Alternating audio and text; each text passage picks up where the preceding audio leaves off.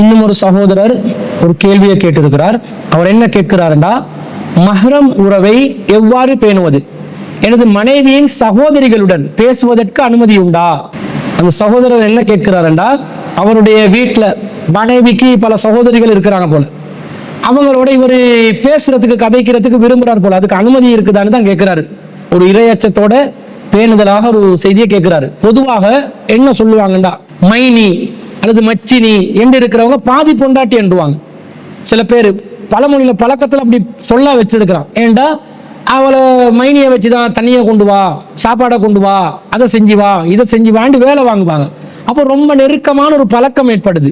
இந்த மாதிரி பழக்கம் ஏற்பட்டு அது தவறான ஒரு நடத்தைக்கு கூட காரணமாக அமைந்து விடலாம் என்ற மாதிரி எல்லாம் சூழ்நிலைகள் சமூகத்தில் இருக்குது. இப்போ பொதுவாக அந்நிய பெண்களை கூட மைனி மைனி என்று பேசுற பழக்கம் நம் சமூகத்துல இருக்கிறத பார்க்கிறோம். அப்ப இந்த மாதிரி மஹ்ரம் அல்லாத உறவுகள், குறிப்பாக மனைவியின் சகோதரிகள், அவர்களுடன் பேசும் பொழுது கதைக்கும் பொழுது என்ன மாதிரி நடந்து கொள்ளணும், மஹ்ரம் உறவை எப்படி பேணணும் என்றதுதான் அந்த சகோதரருடைய கேள்வியாக இருக்கிறது. இது மைனியாக இருந்தாலும் அல்லது வேறு மஹ்ரம் அல்லாத உறவுகளாக இருந்தாலும் அவர்களோட எப்படி நடந்து கொள்ளணும் என்றதுக்கு குர்ஆன்ல நமக்கு ஏராளமான வழிகாட்டல் இருக்கிறது. குறிப்பாக குர்ஆன்ல 4வது அத்தியாயத்தில் 23வது வசனத்துல அல்லாஹ் நமக்கு தடை செய்யப்பட்ட திருமண உறவுகள் யார் என்று அல்லாஹ் சொல்றான்.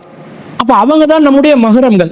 யார சொல்றான்? ஹுர்ரிமத் அலைக்கும் உம்மஹாத்துக்கும், உங்கள் தாய்மார்கள் உங்களுக்கு ஹராம் என்று அல்லாஹ் சொல்கிறான். அப்ப தாய் மஹ்ரம். வபனாத்துக்கும், உங்கள் புதல்வியர்கள் உங்களுக்கு ஹராம். அஹவாத்துக்கும், சகோதரிகள். அம்மாத்துக்கும், உங்கள் தந்தையின் சகோதரிகள் மாமிமார்கள். வஹாலாத்துக்கும், உங்கள் அன்னையின் சகோதரிகள் சாட்சி பெரியம்மார்கள். வபனாத்துல் அஹி, உங்கள் சகோதரனின் மகள்மார்கள். வபனாத்துல் உஹ்தி, உங்களுடைய சகோதரியின் மகள்மார்கள்.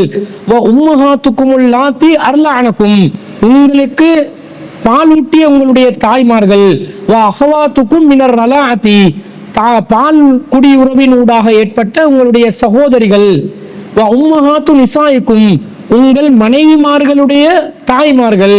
வ ரபாயிபுக்குமுல் லாத்தி ஃபீ ஹுஜூரிக்கும் மின் நிசாயிக்குமுல் லாத்தி தஹல்தும் பிஹின்ன, உங்கள் பொறுப்பில் இருக்கும் உங்கள் மனைவியின் புதல்விகள். அதாவது ஒரு மனைவி திருமணம் முடிச்சு விவாகரத்தான நிலையில அல்லது விதவையான நிலையில பிள்ளைகளோடு, பெண் பிள்ளைகளோடு வந்தால் இவர் அந்த மனைவியை இரண்டாம் தரமாகவோ அல்லது அந்த மனைவிக்கு இரண்டாவது கணவனாகவோ இவர் வந்தால் அந்த மனைவியின் முதல் கணவனின் பிள்ளைகள், பெண் பிள்ளைகளும் இவருக்கு மஹ்ரமாகிவிடும் என்று அல்லாஹ் இப்படி ஒரு பட்டியல் அல்லாஹ் போடுகிறார். இவர்கள் மஹ்ரமான உறவுகள். இந்த உறவுகள் அல்லாதவர்கள் எல்லாம் அஜ்னபிகள், திருமணம் முடிப்பதற்கு அனுமதிக்கப்பட்டவர்கள், அவர்கள் மஹ்ரம் இல்லை. மஹ்ரம் இல்லாத இந்த உறவுகளிடம் என்ன மாதிரி நடக்கணும் என்றத அல்லாஹ் தஆலா பெண்கள் தரப்புக்கு கட்டளையிடுறான். பாருங்க எப்படி என்று 24வது அத்தியாயத்துல 31வது வசனத்துல அல்லாஹ் இதே மாதிரி ஒரு பட்டியலை போடுறான். வகுல்லில் முஃமினாத், மூமினான பெண்களுக்கு சொல்லுங்க, யலுல்ன மின் அப்சாரிஹின்ன, அவர்கள் பார்வைகளை தாழ்த்தி கொள்ள வேண்டும். வயஹ்ஃபல்ன ஃபுரூஜஹுன்ன, கற்பை பேணிக் கொள்ள வேண்டும். வலா யுப்தீன ஸீனத்தஹுன்ன, அவர்கள் தங்கள் அலங்காரத்தை வெளிப்படுத்தக்கூடாது.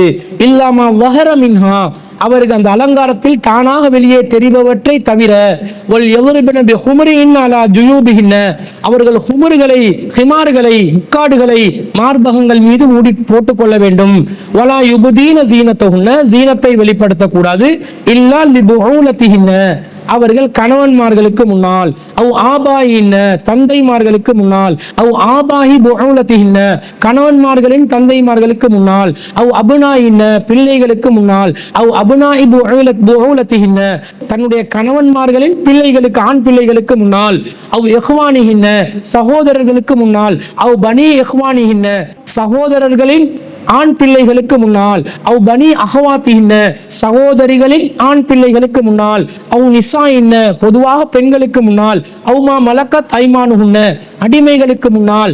அவி தாபிஈன கைரு உலில் இர்பத்தி மினர் ரிஜால், அல்லது ஆண்களில் பெண்கள் மீது நாட்டமில்லாத வயோதிபர்களுக்கு முன்னால். அவி திஃபிலில்லதீன் லம் யல்ஹரு அலா ஔராத்தின் நிசா, பெண்களுடைய அவுரத்துகள் சம்பந்தமாக விவரம் அறியாத சிறுவர்களுக்கு முன்னால் என்று அல்லாஹ் ஒரு பட்டியலை போடுறான். இந்த ஆட்கள் தான் உங்களுக்கு மஹ்ரமானவர்கள் அல்லாஹ் பெண்களுக்கு சொல்றான். அங்க ஆண்களுக்கு சொன்னான், இங்க பெண்களுக்கு அல்லாஹ் சொல்றான். இதுல என்ன செய்யணுமாம்? அந்த பெண்கள் மஹ்ரமான ஆண்களுக்கு முன்னாடியே தவிர மற்ற ஆண்களுக்கு முன்னால் அலங்காரத்தை வெளிப்படுத்தக்கூடாது. அப்ப மஹ்ரமான உறவுக்கு முன்னாடி எப்படி நடக்கணும்டா, இந்த ஆண் தரப்பு இந்த கேள்வியை கேட்கக்கூடிய சகோதரர் ஆணாக இருப்பதனால் அவர் மஹ்ரமல்லாத உறவுகள் இருந்தால் அந்த மஹ்ரமல்லாத உறவுகள் இவருக்கு முன்னால் இஜாபை பேணக்கூடிய நிலையில் இருக்க வேண்டும், ஹிமார்களை பேணக்கூடிய நிலையில் இருக்கணும். ஹிஜாப் என்று வழக்கத்தில் உள்ளதை சொல்றேன். ஹிமார் தான் சரியான அடிப்படை. ஹிஜாப் என்பது திரை என்பது ரசூலோட மனைவிமார்களுக்கு மட்டுமுள்ள சட்டம். ஹிமார் என்றால் முக்காடு, முகமும் மணிக்கட்டு வர கையும் கரண்டைக்கு கீழே பாதங்களையும் தவிர மற்ற பகுதிகளை மறைத்த நிலையில்தான் அந்நிய பெண்கள் இருக்க வேண்டும். அப்படி அந்நிய பெண்கள் இருந்தால் இவர் என்ன செய்யலாம், தேவைக்கு பேசலாம், தேவைக்கு கதைக்கலாம். அந்த பெண்கள் தனிமையில் இல்லாத நிலையில் இவர் அந்த பெண்களுடன் கருத்துக்களை பரிமாறிக்கொள்ளலாம். அது அல்லாம கொஞ்சி குழாவுவதோ அல்லது இரண்டு கருத்துள்ள வார்த்தைகளை பேசுவதோ இந்த மாதிரி வேலைகளை செய்யக்கூடாது. ஏனென்றால் பெண்களுக்கு பொதுவாக ஒரு தடை வருகிறது. என்ன தடை என்று சொன்னா, அல்லாஹ் தஆலா திருக்குர்ஆன்ல 33வது அத்தியாயத்துல 32வது வசனத்துல சொல்றான், யா நிசா அன் நபியி, நபியின் மனைவிமார்களே, லஸ்துன்ன கஅஹதின் மினன் நிசா, நீங்கள் ஏனைய பெண்களை போன்று அல்ல, இன்னித்தகைதுன்ன ஃபலா தஹ்லஅன பில் கவுல், நீங்க அல்லாஹ்வுக்கு அஞ்சினால் வார்த்தைகளில் நீங்கள் குலைந்து பேசாதீர்கள். அப்ப அந்த மஹ்ரமான பெண்கள் அல்லாதவர்கள், மஹ்ரம் அல்லாத பெண்கள் இந்த ஆண்களுக்கு முன்னால் குலைந்து பேசக்கூடாது. அப்படி குலைஞ்சு பேசினா இவர் என்ன செய்யணும், அந்த குலைவுக்குள்ள சிக்காம அந்த இடத்துல இருந்து அவர் வெளியேறி விட வேண்டும் என்பது இந்த வசனத்திலிருந்து நாங்கள் விளங்கிக் கொள்கிறோம். அதே போன்று ரசூல் ஸல்லல்லாஹு அலைஹி வஸல்லம் ஒரு பொதுவான அறிவுரை சொல்றாங்க. பெண்கள் மஹ்ரம் அல்லாத பெண்கள் ஒரு சபையில் இருந்தா அந்த பெண்கள் இருக்கிற சபைக்கு ஆம்பளை போய் நுழைஞ்சிடக்கூடாது. ரசூலுல்லாஹ் சொல்றாங்க, ஈயாக்கும் வதுஹூல அலன் நிசா, பெண்கள் இருக்கும் சபைகளுக்கு நீங்கள் நுழைவதை நான் உங்களுக்கு எச்சரிக்கை செய்கின்றேன், அதை செய்யாதீங்கன்றாங்க ரசூலுல்லாஹ். இப்ப பெண்கள் மஹ்ரம் அல்லாதவர்கள் குழுமி இருக்கிறாங்க. நமக்கு தெரிஞ்ச 1-2 மஹ்ரம் பெண்கள் இருக்கலாம். அந்த மஹ்ரம் பெண்களோட நாங்க அந்த இடத்துல சபையிலிருந்து ஒதுங்கி பேசினா வேற விஷயம். அது அல்லாம மஹ்ரம் அல்லாத பெண்கள் ஒட்டுமொத்தமாக இருக்கிறாங்க. அதுல 1-2 தான் நமக்கு தெரிஞ்ச மஹ்ரம் இருக்கிறாங்க. இந்த நிலையில அந்த பெண்கள் இருக்கிற சபைக்குள்ள நாங்கள் நுழைய முடியாது. அப்ப ரசூலுல்லாஹ் இப்படி சொன்ன உடனே ஒரு நபி தோழர் கேட்கிறார், ஃபக்கால ரஜுலும் மினல் அன்சார், அன்சாரி தோழர் ஒருவர் கேட்கிறார், யா ரசூலல்லாஹ் அஃபரஐத்தல் ஹம்வ, அல்லாஹ்வின் தூதரே, என்னுடைய சகோதரனின் மனைவி இருக்கிறாங்களே அவங்க இருக்கிற இடத்துக்கு நான் நுழையலாமா, அதாவது மச்சினி இருக்கிற இடத்துல நான் போகலாமான்னு கேட்கிறாங்க. ரசூலுல்லாஹ் சொல்றாங்க, அல் ஹம்வுல் மௌத், மச்சினி மைனி இருக்கிற இடத்துல நுழையிறது தான் சாவுக்கு மரணத்துக்கு காரணம் என்று ரசூல் ஸல்லல்லாஹு அலைஹி வஸல்லம் சொல்றாங்க. அங்கதான் உனக்கு சாவு ஏற்படும், உனக்கு அழிவு ஏற்படும் என்றாங்க என்ற செய்தியை நாங்க புகாரியிலே 5232வது செய்தியா பார்க்கிறோம். இது உக்பத் இப்னு ஆமிர் ரலியல்லாஹு அன்ஹு அவர்கள் அறிவிக்கிறார்கள். அப்ப பெண்கள் மைனிமார்கள் இருக்கிறாங்கடா, அவங்க ஒரு வீட்டுல இருக்கிறாங்க, அவங்க மட்டும் இருக்கிறாங்க. அந்த நேரத்துல 4-5 மைனி இருக்கும்போது இவர் என்ன செய்யக்கூடாது, மச்சான் போயிட்டு மைனியோட குழஞ்சி கொண்டு பேசவும் கூடாது, மைனி இருக்கிற சபைக்கு நுழையவும் கூடாது. தேவை இருந்தா பேசலாம், பெர்மிஷனோட பேசி. எப்படி பேசணும், சலாத்தை சொல்லி அவங்க ஹிஜாப் சட்டத்தை பேன்ற நிலையில இன்ன விஷயம் தேவை, இது என்ன நிலை, இது என்ன நிலைன்னு இப்படி பேசலாம். இதை தாண்டி மைனி தானே இருக்கிறாங்கன்னு சொல்லி அவங்க ஹிஜாபை பேணாம இருந்தாலோ ஹிமார பேணாம இருந்தாலோ சர்வசாதாரணமா நுழைவது. சில பேர் என்ன பண்றாங்கடா, மைனிட இடுப்பை கீழ்றான், மைனிட கையை பிடிச்சி நக்கல் பண்றான், மைனியோட கேலி கூத்தாக்குறான், உருண்டு பெறல்றான். இந்த மாதிரி காரியம் எல்லாம் மௌத்துக்கு நிகரானதுன்னு நபி ஸல்லல்லாஹு அலைஹி வஸல்லம் சொல்றாங்க. இது அழிஞ்சி நாசமா போற காரியம். இந்த வேலைகளை செய்யாதீங்க. இந்த மைனியோட பழகுறன்ற பேர்ல மார்க்கத்துல வரம்பு மீறக்கூடிய நிலை ஏற்பட்டால் அது அழிவில் போய் சேரும் என்பது இந்த செய்தியிலிருந்து பார்க்கிறோம். ஆனா இது பொதுவாக நாங்க விளங்கிக் கொள்ளணும்.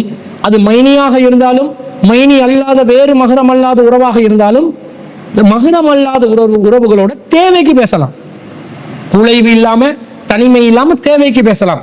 திருக்குர்ஆன்ல 2வது அத்தியாயத்துல 235வது வசனத்துல அல்லாஹ் சொல்றான், வலா ஜுனாஹ அலைக்கும் ஃபீமா ஹர்ரல்தும் பிஹி மின் ஹித்பத்தின் நிசாஇ அவ் அக்னன்தும் ஃபீ அன்ஃபுசிக்கும், நீங்கள் காத்திருக்கும் காலகட்டத்தில், இத்தாவுடைய காலகட்டத்தில் அவர்களை மனம் பேசுவது, ஹித்பத்துன் நிசா பெண்களை திருமணத்துக்காக எண்ணுவது அல்லது சாடமாடையாக மனம் பேசுவது உங்கள் மீது குற்றம் இல்லை. நேரடியாக வெளிப்படையாக இத்தாலைக்கிற பெண்ணோட திருமண பேச்சுவார்த்தை நடத்தக்கூடாது. ஆனா மனசுக்குள்ள நினைக்கலாம், திருமண பேச்சுவார்த்தையை இவங்களை திருமணம் முடிக்கணும் என்றதை நினைக்கிறதோ அல்லது லேசா லைட்டா மெசேஜை கொடுத்து இத்தாலைக்கிற பொம்பளைக்கு கூட நான் உங்களை கல்யாணம் முடிக்கிறதுக்கு மாதிரி விரும்புறேன்ன்றதை எப்படி நேரடி வார்த்தையில சொல்லாம ஒரு நல்ல வாழ்க்கையை தான் நானும் எதிர்பார்த்து கொண்டிருக்கிறேன், இன்ஷால்லா உங்களை இதா முடியட்டுமே என்னென்று பேசிக்கொள்வோம் என்றா அப்ப விளங்கிடும். இவர் மெசேஜை கொடுக்குறாரு, நீங்க வெயிட் பண்ணுங்க, வேற யாரையும் யோசிக்காதீங்க, நானே வந்து உங்களை கல்யாணம் முடிக்கிறேன்றது அர்த்தம். நேரடி வார்த்தையில மெசேஜ் போயிட்டுருச்சு.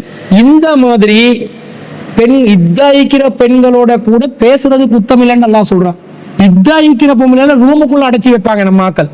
ரூமுக்குள்ள அடைச்சி ஒரு கர்ப்பிணி தாய் கூட அவங்கள சந்திக்க கூடாது. ஏண்டா கற்பத்துக்குள்ள ஒரு ஆண் குழந்தை இருந்தா மகரம் அல்லாத ஒரு உறவு பார்த்துருச்சு தீட்டா போயிடும் என்று நடக்கக்கூடிய ஒரு மூட நம்பிக்கை நிறைந்த ஒரு சமூகமாக இந்த சமூகத்துல பலரை பார்க்கிறோம். ஆனா அல்லாஹ் என்ன சொல்றான், நீ இத்தலைக்கிற பொம்பளையோட கல்யாண பேச்சுவார்த்தை கூட நடத்தலாம், டிரெக்ட் பேச்சுவார்த்தை நடத்தாதே, இன்டைரக்டா நடத்திக்கோ, சாடமாடையா பேசிக்கோ, மனசுக்குள்ள நினைக்கிறதுக்கு உத்தமில்லை என்று சொல்வதாக இருந்தால் பெண்களுடன் தேவைக்கு பேசலாமா இல்லையா? மூசா அலைஹிஸ்ஸலாம் அவர்கள் மதியன் வாசிகள்ல இருந்த பெண்களோட பேசினாங்களா இல்லையா? இவர் இந்த கையால ஒரு தவறு நடக்குது, ஈஜிப்துல இருந்து இவர் மதியனுக்கு ஓடுறாரு, ஓடி போய் அங்க தேவையுள்ள நிலையில இருக்கிறாரு, பெண்கள் தண்ணீர் இறைப்பதற்காக கஷ்டப்படுறாங்க. இவர் உடனடியாக மூசா அலைஹிஸ்ஸலாம் பேச்ச கொடுக்குறாங்க, உங்களோட நிலை என்ன, என்ன நடக்குது, ஏன் இப்படி இருக்கிறீங்க?